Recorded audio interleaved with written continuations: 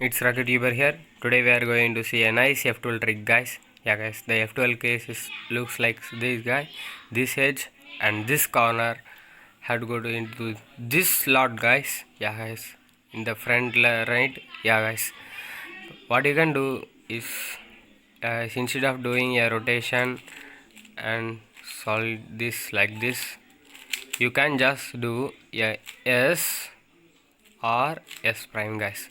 Really quick, guys. S or S prime, guys. Really easy. Yeah, guys. Okay, the fast will be looks like this, guys. Yeah, guys, it's really fast. Okay, try to use this in your solves, guys. Yeah, it's really help you guys. Thanks for watching, guys. Thanks for all subscribers. If you want to see more tips, guys, please click the subscribe button, guys. Stay tuned for more updates.